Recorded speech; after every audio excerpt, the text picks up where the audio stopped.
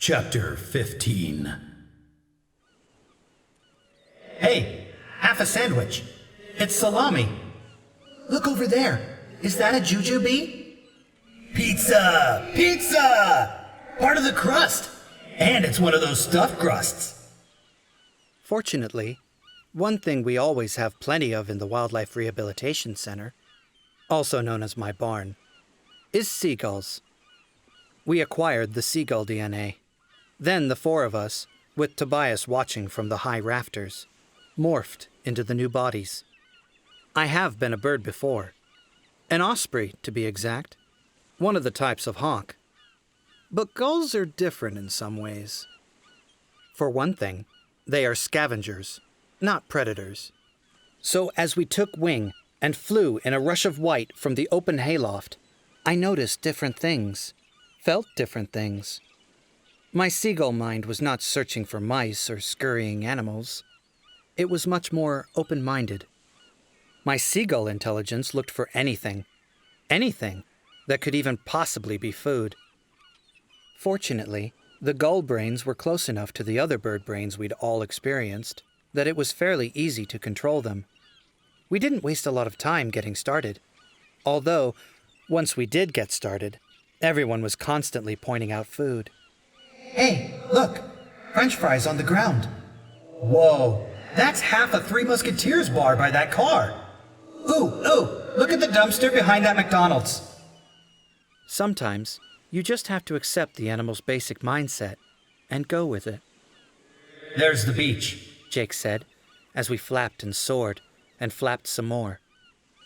It's easier being an osprey in some ways, much less flapping. Once we were out over the water, we could at least stop scanning for food. Mostly. Hey, is that a bag of potato chips floating down there? We flew low, just a few dozen feet above the water. Not like hawks, who can ride the thermals up to the bellies of the clouds. But Tobias wasn't much higher than we were now. There are no thermals over water, and he was having to flap a lot to stay aloft. We flew on, skimming the choppy surface of the water. Hey, look, Rachel said. Over to the left. Sleek gray shapes sliced through the water. Up, down, breaking the silvery barrier between sky and sea. It was a school of dolphins. You know, sometimes this is just so wonderful, Rachel said. I mean, we're flying. We're flying. And later, we'll be like them, at home in the water. Yeah, just us and the sharks, Marco said darkly. Still, it is cool, Rachel said. There's a ship up ahead, Jake announced. You just now noticed it? Tobias laughed. Wow. Seagull eyes aren't exactly great, are they? It's a container ship called Newmar. It's from Monrovia. You want to know what color the captain's hair is? Show off, Jake grumbled. Hawk eyes are totally amazing. As long as it's sunny out, Tobias can read a book from like 3 blocks away. It was hard, flying to catch up to the ship. It was moving fairly fast, and by the time we were close, I was exhausted. The ship was gigantic, painted a rusty blue, with a deck longer than a football field.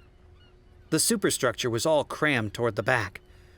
That's where the crew would be, so we flew forward, hoping to find someplace private. The deck was stacked with containers, big steel boxes like trailers. Row after row of them lined the deck, and we could see hundreds more down in the hold. We settled in the narrow space between 2 rows of containers, far forward. It was like having walls all around us, corrugated metal walls that went high over our heads. Tobias, how much time? Jake asked. Tobias twisted his head down to see the tiny watch strapped to his talon. It's been about an hour and a half. We decided to resume our human shapes.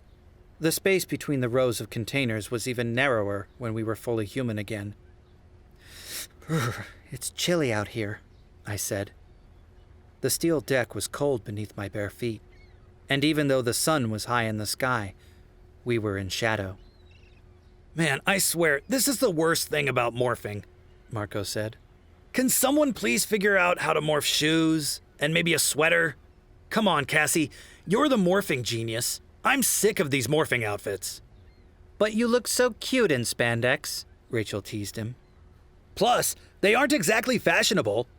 All I'm saying is, uniforms. Something cool looking. And warm. Warm would be nice. When winter comes, we are going to be some sad little Animorphs. I have a more important question, Rachel said. How do we know when we're there? You know, our destination. Jake made a who knows face.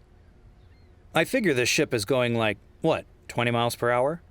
Figure an hour. And that puts us 20 miles out, right? Rachel pointed a finger at her forehead and said, Jake's a total mathematical genius. 1 hour at 20 miles per hour. Right away, he figures out that's 20 miles. Jake laughed. That's about all the math I can do. Actually, we're moving about 18 miles per hour, Tobias said. We all just stared at him. I fly along the roads sometimes and watch the car speedometers, so I have a pretty good idea how fast I'm flying. When we were flying alongside the ship, I clocked it. Okay, 18 miles an hour, more or less, straight south, Marco considered. That would put us within a couple of miles of where Cassie thinks we should go. I winced.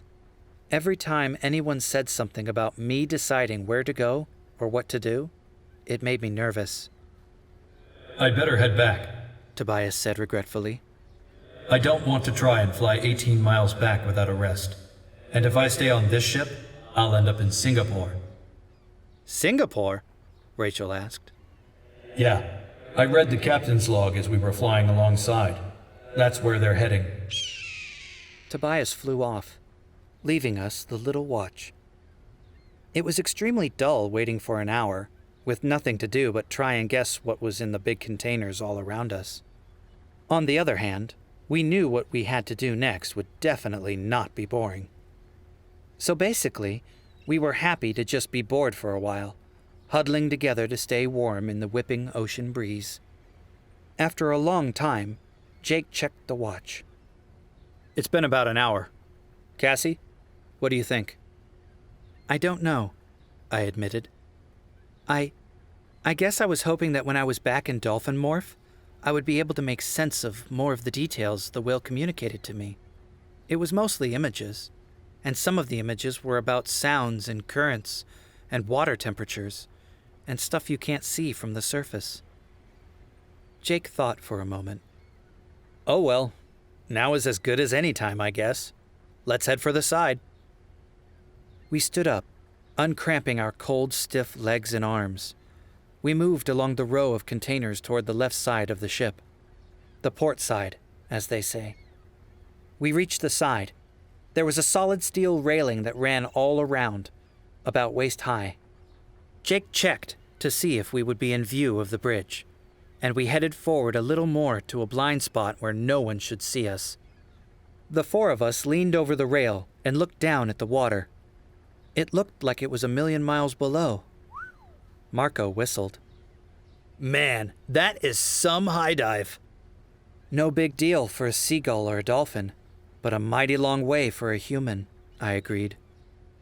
We can't morph up here. We'd never get our dolphin bodies over the side, Rachel pointed out. Nope, Jake agreed. we have to jump in with our human bodies. All except Marco. He can't swim. I thought he could morph up here, and then we could all shove him over the side. Rachel looked skeptical. Jake, when Marco is in dolphin morph, he'll weigh like 400 pounds. Jake looked worried. I kind of didn't think about this when I was planning. I had a sinking feeling. The plan was falling apart before it had even begun. I'll lean against the railing, Marco suggested. I'll start morphing. Then, before I lose my legs, you guys help shove me over. I'll finish morphing within a few seconds of hitting the water. Unless the water knocks you out and you just sink, I said flatly. Forget it. Forget it. Let's just morph back to seagulls and fly back home. This is insane. Insane? Marco echoed. Hey, that's my word. Look, we came this far. I don't care, I yelled, surprised at my own passion. I'm not going to be responsible for anyone dying. This isn't going to work. I don't know where I am. I don't know where we're going. I don't know what to do. Marco laughed. Excellent pep talk, Cassie. Now I'm really looking forward to this. I was going to yell at him, something like, "Look, Marco, this is not a joke." But when I looked at him, I saw that his face was bulging way out, forming a long, grinning beak. He had already started to morph. I'm not going to... He started to say, but his mouth no longer worked. He was growing larger, straining his weak human legs with his weight. His arms were flattening into flippers. "Now!" Jake said. He grabbed Marco's flipper arm. Rachel and I jumped forward and seized his legs just as they began to shrivel. "Heave!" Jake yelled. Marco, half human, half dolphin, tumbled backward over the railing and fell into the sea. "Let's go," Jake said. "Yee-haw!" Rachel said with a wild grin. She jumped up on the railing, balanced for a moment, like the gymnast she was, then launched herself off in a neat swan dive. Jake and I exchanged a glance. "Rachel," he said, and rolled his eyes. "She's your cousin," I pointed out. "On the count of 3. 1, 2... I climbed over the railing and launched myself as far from the steel wall of the ship as I could.